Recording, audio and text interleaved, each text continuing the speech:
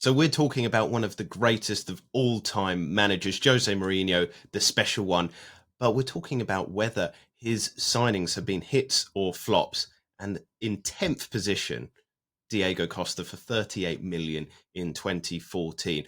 I think he's an absolutely fabulous signing. What do you think, Ollie? Yeah, massive success. He was one of my favourite players of that era. I loved watching him box office every time he stepped on the pitch. A rare player where even when he's playing badly, you can't take your eyes off him. Loved him. Absolute hit for me. Yeah, just a big horrible bastard up front that was actually unbelievable at finishing, bullied defenders, and propelled Chelsea to a title. So massive hit for me as well. Now, in ninth position, Michael Essien sneaks in there, 38 million in 2005 as well. That is huge, huge money back then.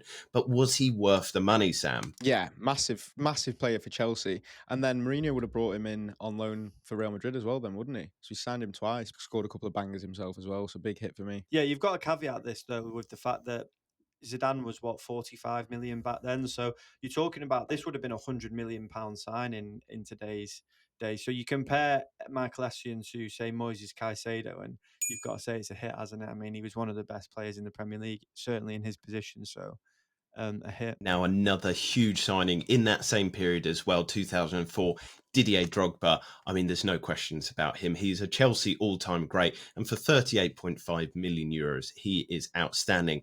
Ollie, I mean, instead of saying, whether it was a hit or not, let's talk about maybe your favourite memory of the big man. Probably the Champions League final, scoring that winning goal. I mean, it's interesting because there's a lot of revisionism with Drogba because his goals record wasn't actually brilliant, but he popped up with big goals in big moments, and he was one of those strikers who brought the players into the game, wasn't he? He was the big game player, which means that you've got him in those most poignant, memorable moments. But then you forget the times that he fell off against some lowly club in the Premier League or something. Yeah, But and he yeah, scored the kind of goals that you don't really see anymore as well. Loads of bangers in there, variety of different goals. He wasn't just a penalty box poacher; he was so much more than that. Let's go into seventh position, though. And I was very shocked at this one. Tammy Abraham for Roma when Mourinho was there in 2021 for 41 million euros.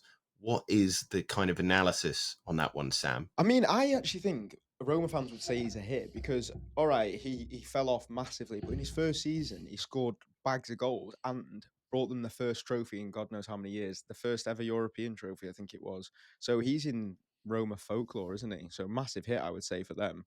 Although it was a massive overpayment as well for someone of that quality, I would say. Yeah, objectively overpaid for him, I think. Yeah, they did have one successful season, but he's not managed to replicate that form, and it's got to be a flop for me. Now, moving on to sixth position, and this one you might want to avert your gaze, Sam. It's Henrik Mkhitaryan when he signed for 42 million euros to Manchester United. Let's talk about that one. Whoa, Mkhitaryan. Henrik Mkhitaryan, he's our midfield Armenian.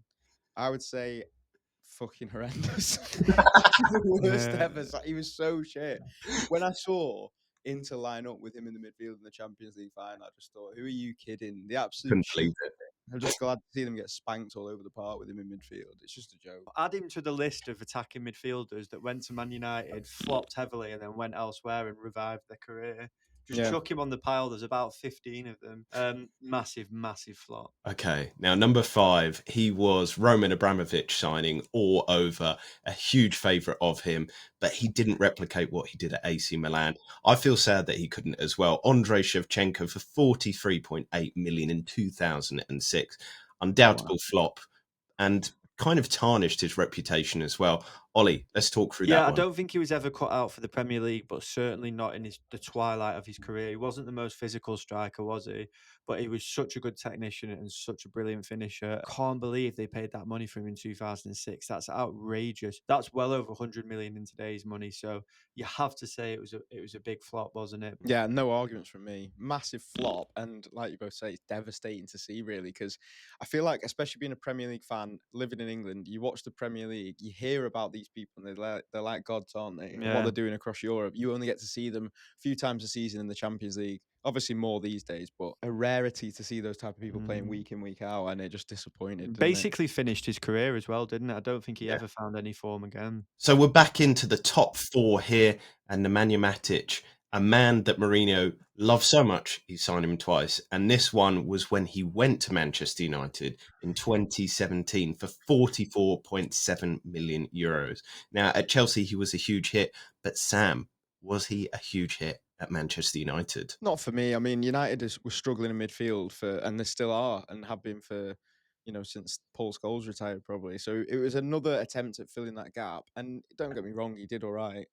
But I bet you Jose would say it was a hit because he just loves a physical player that's 30 years old and has seen it all and won the lot. So he brought him in to do that job, and he did that, I suppose, and won a couple of titles to go along with it. So Yeah, I remember at the time when this transfer happened, I remember thinking that was going to kickstart United's revival. I remember thinking he was the exact player that United needed. Mm. Experienced, good on the ball, absolute bastard in midfield that won the ball and progressed it. He looked like the perfect signing. And when he was at Chelsea, he was a top player. But again, I think at United, just asked too much of him. He was coming to the end of his career, losing a bit of physicality.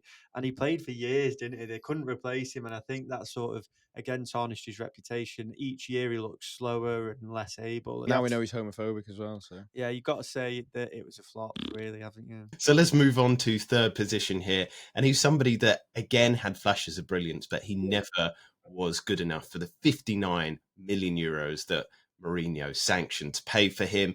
It's Fred. Ollie, I'm going to start us off here. Sam, you can just kind of recover for a moment as Ollie talks. Disastrous signing for me. I mean, at this time, I was going to quite a few United games. Fred. Yeah, I think I was saying I saw a lot of Fred in the United shirt, and that's why I've not been back to Old Trafford since. So he nearly put me off football, put it that way. He's fucking shy. So no, it was the biggest flop in history, I would say. The least exciting player I've ever seen play. Him, McTominay, and who else did you used to play in midfield? Well, yeah, it was McFred. Oh yeah, McFred. Oh my god, mate.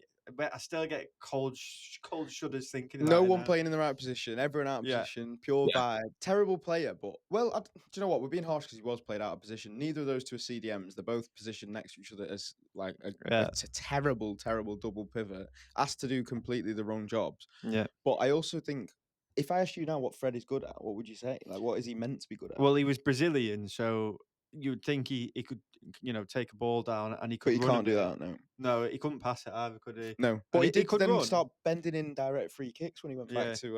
He had, when he went had to legs though, didn't he? he That bagged a was- hat trick as well did he? when he went to Turkey. But yeah, big flop. Pastor Fred. Sorry, mate. In second position, and he was somebody I wanted to do so well. I've still got a soft spot for him. Romelu Lukaku, 84.7 million euros when he joined from Everton. Sam, what are your memories of him? Getting banned from Old Trafford for singing the chant about him. Did you? No, but there was a threat of it. Yeah, Not for yeah. me specifically, but it was just we had to stop singing it because it was That is another massive. Stone Roses one. Hampton. If there's one thing that Romelu Lukaku isn't, it's a football genius. it all went wrong for him, didn't it? Because he was played him in the wrong way, completely played him in the wrong style of play, acting like he's a target man. He wasn't. Never was. Everyone just looked at him and gone, he's fucking massive. yeah, Stick he him up just top. lumped the ball up to him. And he's terrible. He's actually good at running in behind, but that Mm. was why when he put on a bit of weight, he lost that. Yeah. So His goal scoring I think record he has to still take a wasn't bit that of the bad. accountability as well. If you look at his goal scoring record, it wasn't too bad though. No, and he also had head loss and published all the data from training, didn't he? Oh yeah.